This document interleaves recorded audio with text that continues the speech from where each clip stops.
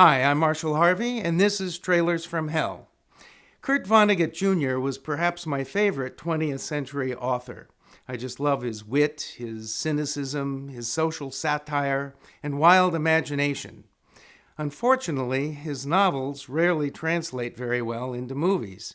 If you've ever seen Breakfast of Champions starring Bruce Willis, or the abysmal Slapstick of Another Kind with Jerry Lewis and Madeline Kahn as twin baby aliens, well, you know what I'm talking about.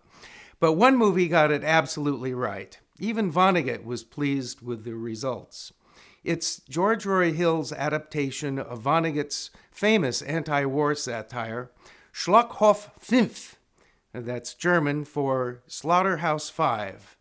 One of my favorite movies.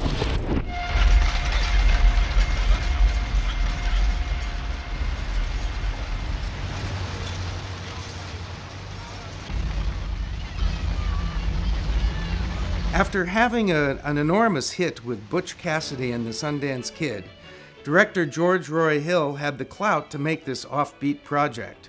I think it's his best movie, shot on location with a no-star cast and a brilliant screenplay by Stephen Geller. It really captures the spirit of Vonnegut's book. Schlachthof 5. This is Schlachthof 5. 5 is English 5. Schlacht is slaughter. Hof is house. Schlachthof 5. Slaughterhouse 5. This is a very odd trailer. It doesn't explain anything. It's just a bunch of clips strung together. All you need to know is our hero, Billy Pilgrim, has become unstuck in time. He has the ability to experience events of his life in random order, jumping back and forth in time.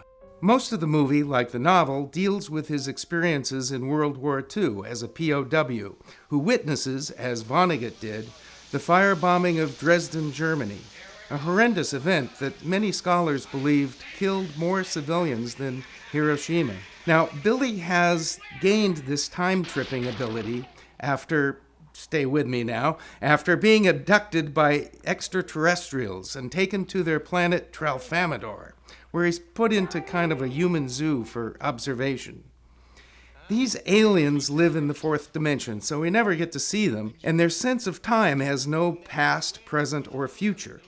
Their spokesman explains to Billy that they've learned to exist in the universe by ignoring the bad times and concentrating on the good.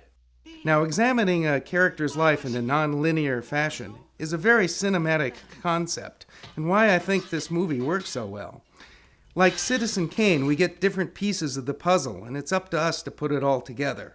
The time jumps are very cleverly handled by director Hill and the legendary film editor D.D. Allen. A certain word or sound effect or a particular image or idea will suddenly trigger Billy's involuntary jump to another period in his life. There's a really poignant moment where Allen expertly cross-cuts between Billy walking up the steps of the Dresden bomb shelter and him much later in life going up the stairs to a second-story bedroom after his wife has passed away. I just love those kind of visual connections. The cast is perfect. Michael Sachs, who went on to co-star in Spielberg's Sugarland Express, plays Billy. Rob Liebman is his crazed nemesis. Eugene Roach, his fatherly wartime buddy. And young, sexy Valerie Perrine plays Montana Wildhack, a porno actress that the aliens also abduct for Billy's pleasure, so they can see how humans mate. I love it. Extraterrestrial voyeurs. The entire movie is scored with classical pieces by Johann Sebastian Bach and performed by the great pianist Glenn Gould.